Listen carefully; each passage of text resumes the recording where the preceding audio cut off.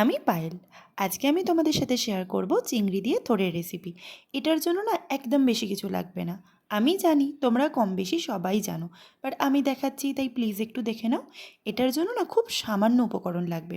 লাগবে পেঁয়াজ, লঙ্কা, রসুন, বেগুন আর আলু।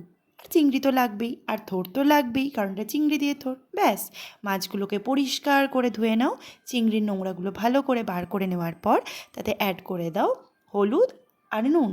ব্যাস, হলুদ আর নুন মিক্সড করে ভালো করে চটকে চটকে মাখিয়ে নেওয়ার পর তেলে ছেড়ে দাও। হলুদ আর নুন মাখিয়ে নিলে কি হয়, তেলে দিলে বেশি ফটফটায় না।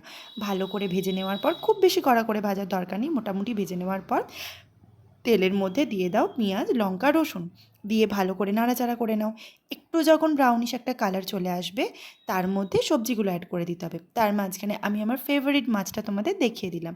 ব্যাস, তারপর সবজিগুলো বেগুন আর আলুটা অ্যাড করে দিয়ে কিছুক্ষণ নাড়াচাড়া করো। কিছুক্ষণ নাড়াচাড়া করার পর ওতে অ্যাড করে দিতে হবে নুন, হলুদ গুঁড়ো, লঙ্কার গুঁড়ো আর পরিমাণ মতো চিনি। তোমরা তোমাদের স্বাদ মতো নুন আর চিনিটা অ্যাড করো। আমার খুব বেশি খাবারে নুন পছন্দ নয়, তাই আমি কমই অ্যাড করি। তোমরা যেটা ভালো লাগে সেটা করো। ব্যাস, যখন কালারটা একটু এসে যাবে, তার মধ্যে অ্যাড করে দাও গ্রেট করে রাখা থোড়টা। আমরা কুচি কুচি করার থেকে গ্রেট করে রাখা থোড়টাই দিই, খুব ভালো লাগে। আর আমরা জলটাও একটু খেয়ে নিই, কাঁচা থোড়ের জল বলে নাকি শরীরের জন্য খুব ভালো। আমার বাবা মা আমরা তিনজনেই খাই।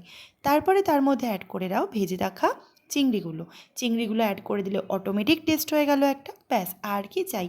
তারপর চাপা দিয়ে দিয়ে একটু নাড়াচাড়া করে নাও। নাড়াচাড়া করে দিলে যখন বুঝবে একটু সেদ্ধ হয়ে গেছে, বেশিক্ষণ লাগবে না, ব্যাস নামিয়ে নাও। তারপর গরম গরম ভাতে শুকনো শুকনো মেখে খাও। উফ, আর কি চাই। মানে আমার তো এই থোড় মোচা এইসব হলে ভাতে আর কিছু চাই না। তোমাদের কেমন লাগলো বলো।